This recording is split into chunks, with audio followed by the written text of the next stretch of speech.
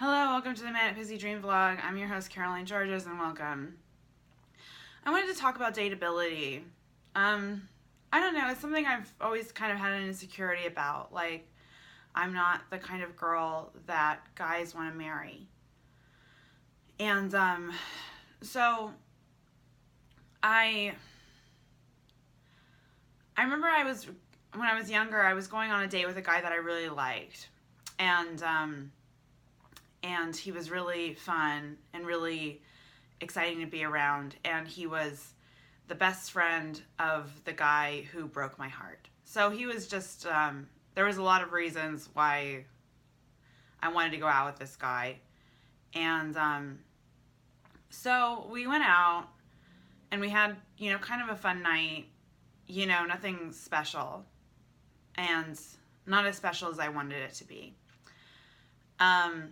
But he wanted to make out in his car. And so we went and we made out in his car, and we ended up having sex in his car. And that was the first time I've ever had sex in a car or ever did anything with anybody in a car. And I came home and I told my mom about it. And she said, "Caroline, if you're going to be a slam dunk on the first date, then no one's ever going to marry you." That always really stuck with me. Because it's kind of true. That's pretty true. But, I don't know. When is the right time to sleep with somebody? I mean, I think the rule is the rule of three. Sleep with somebody on the third date. If you can make it to a third date, then you can sleep with somebody. That's typically my rule. I wait until the third date to sleep with somebody. The first date, you can kiss, make out, whatever. Second date, you can kiss, make out, whatever, maybe do a little extra. And then the third date, then you can have sex with them. I went out and had a really fun night this week with a guy. It was so nice. I just got broken up with, and I just had my heart broken, and then that's been its whole thing. He was my ex-boyfriend. He was rude to me at a mic. I ran into him at an open mic, and he was rude to me. And he snapped at me. And you know what? We're not dating. We're just friends. You don't get to snap at me. You don't get to be rude to me. If I'm your girlfriend, fine. You know what I mean? But, don't be fucking rude to me. We're not fucking anymore. You know what I mean? If I'm not getting dick, then don't be rude to me. You know what I mean? If I'm not getting anything out of this, then don't be fucking rude to me. And I sent him a wall of texts. Just a big text with everything that I wanted to say to him in it. And it was just look. While we were together, you were controlling, you judged me, you yelled at me, you would do all of this, and it's just that's the thing, that's what really bugs me, is that everyone loves this guy, and everyone should love this guy, everyone should love my ex-boyfriend. He's a great guy. He's a great guy, and I really have nothing but the world to say about him. But still, you didn't date him, you know what I mean? You weren't in a relationship with him. You don't know what it's like. People don't know what it's like being with him, and how hard it was, and it was hard. But I don't know. I settle. It's okay. So he yells at me. Okay. So he yells at me. Big deal. He's not hitting me. He's not raping me. He's not degrading me. He's not, wiretapping my internet and listening to me or recording me. You know what I mean? He's not doing shit like that, So what's the problem? What's the problem with this guy? But it was hard. It was hard. Can I make it last with somebody who's a little bit difficult? Because that's the thing. I love dating comics, and I love dating creative people. And it's and dating comics is so much fun. And being a comic, it's just how am I going to meet anybody? I mean, I'm probably going to meet comics. I'm going to date comics. Are these dateable people? And are these people going to find me dateable? And I don't know, being an ex-stripper is such a commodity. You know what I mean? Guys love dating strippers. They don't love dating strippers. They love going on dates with strippers. And I went on a date with this guy and had a ball of the time. We went to Harvard and Stone. There was live music. We danced all night. We partied. We just had a great time just laughing and just having a fucking amazing time. I even gave him a lap dance. I gave him a lap dance in the bar in front of everybody. It was so fun. You know, and I mean, maybe like being a stripper and stuff, like now I have a discernible skill. I can bring that to dates. I could give guys lap dances on dates. So it wasn't all for nothing. Um,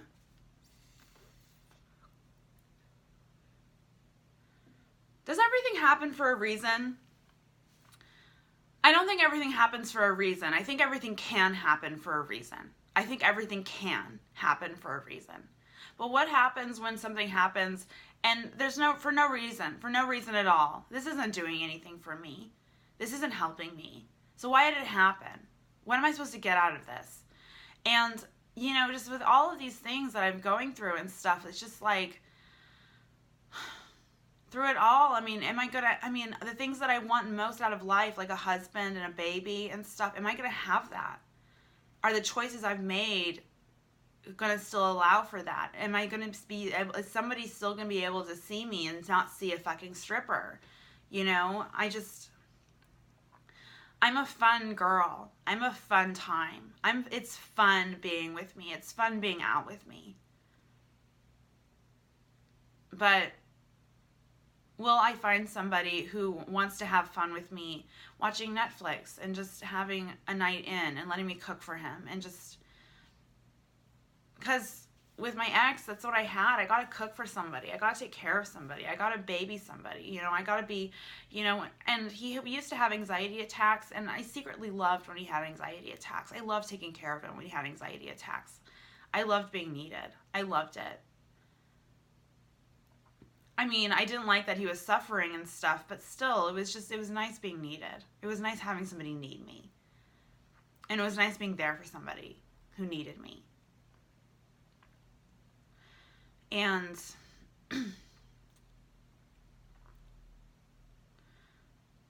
will I have that?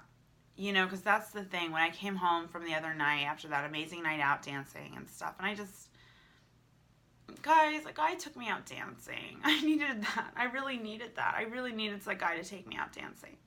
I really needed that. And he watches my vlogs. He's like a fan of my vlogs. He's a fan of these. Like, if he's watching this, like, hi, thank you for that amazing night. It was so fun. What a bomb night. But here are my thoughts about it coming through with it and stuff. So, this guy and I are just going to be friends. I don't think, and that's fine. He and I will just be friends and stuff. And we're doing roast battle together. He and I are going to do roast battle together. He and I are all signed up, and we're going to do the roast together on December 31st on New Year's Eve. I'm going to do another roast on New Year's Eve at the Comedy Store. Honestly, I worked really hard at my roast jokes, and I was sad I didn't win, but I still have another chance, and there's really nothing to this vlog. I didn't even put on makeup. I'm not bragging. I look pretty without makeup.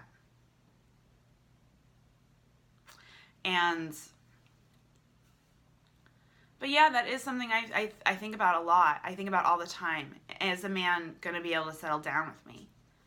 Am I going to find a man who wants to settle down with me? I don't know. Being a stripper, part of it is pretty cool. I was pretty ballsy. I was pretty bold. Isn't that something that men value? Like, look at how cool this girl is. She put herself out there. She got on stage and she got naked, and good for her.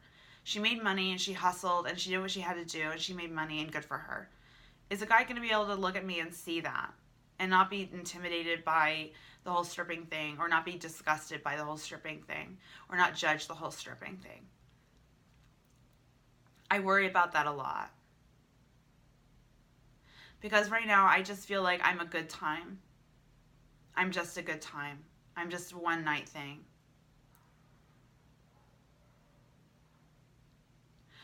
But it was pretty exhilarating. We were smoking weed at the back of the bar. And we were just talking and stuff and talking about stripping, and I was like, and he was just like, I wish you still worked as a stripper. I would totally come and see you. I would have totally loved to have come and seen you. And I was like, well, why don't I just give you a lap dance and you could see me here? And I did it. I got up and I gave a guy a lap dance in public. And because I'm brave, Because I'm bold, and because I'm ballsy, and because fuck it. You only have but one life. You only have but one life to live. Give a guy a lap dance in the back of a bar. Give a guy a lap dance. Have fun, sister. Go for it. You know? Good for me. I'm not trashy.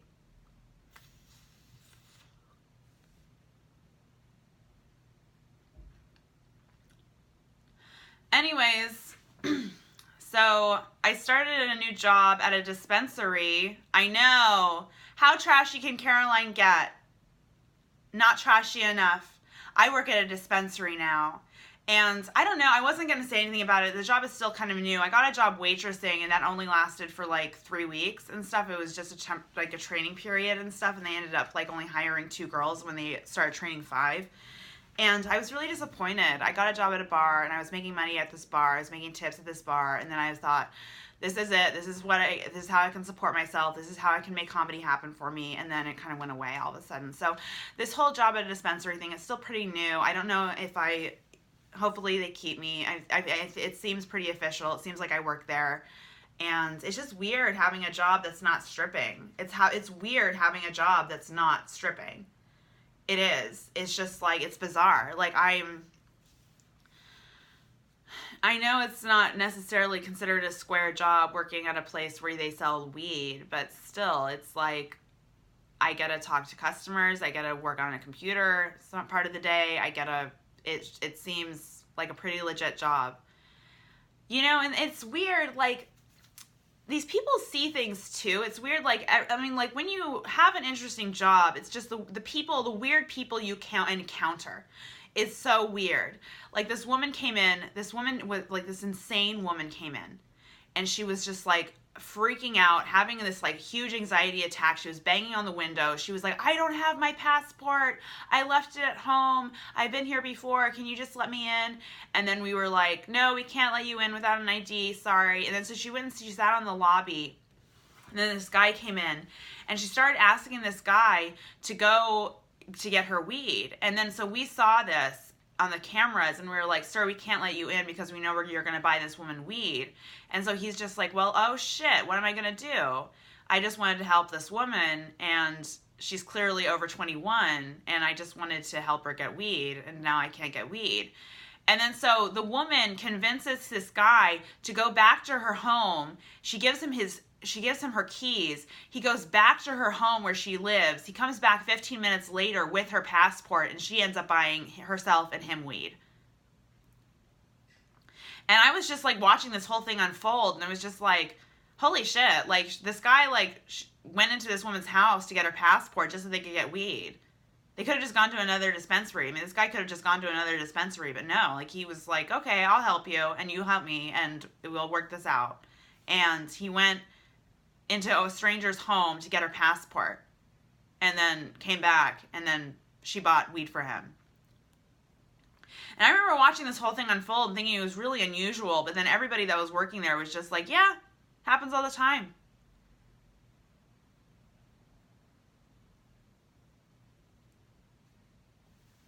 Happens all the time.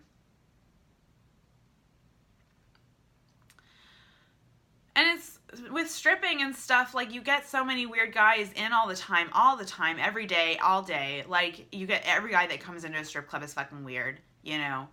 And it's just like, yeah, these are the guys that I work with. These are the guys that I service. These are the guys that I, you know, make my money off of. Happens all the time. They're just weird.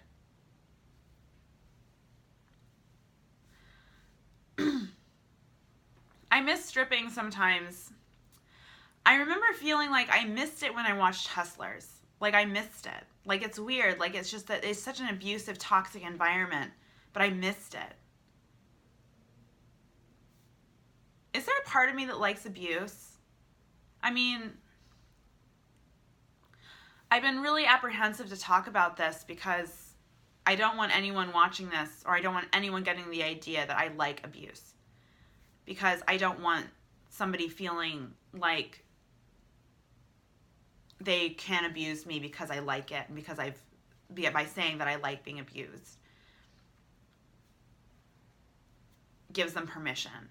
And I feel like with my sexual assailant, the comic who sexually assaulted me, I feel like that was something that triggered that event, was that I talked about being abused. And I was open with this guy, and I told him all about me, and I told him that, you know, there was a part of me that, you know, attracts it, so I must like it, you know. And then he turned around and did it to me, and that'll always fuck with my head. That'll always fuck with my head. That situation, that event, and the circumstances leading up to it and the circumstances after will always fuck with my head. And but it happens all the time. That happens all the fucking time. Guys like that happen to women all the fucking time. And I don't know, doing these vlogs and stuff, I'm facing, I could have my channel taken down. I don't know, maybe my vlogs are not commercially viable. They're not supposed to be. This is supposed to be unique. This is supposed to be different. This is supposed to be what I'm doing. And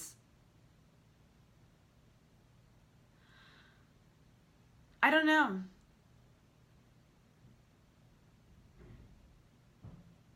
I just had a few minutes before I had to take off. I'm about to shower and get ready to go, and I just wanted to do a vlog today. But what if I'm not the kind of woman that men want to marry? What if I'm not? What if I'm too much of a risk? What if I'm too much of, what if my past is a problem? And can I say, like, well, those guys aren't worth my time anyway? But what if these guys are worth my time? What if these are the guys that are worth my time, but I'm not worth their time because of my past?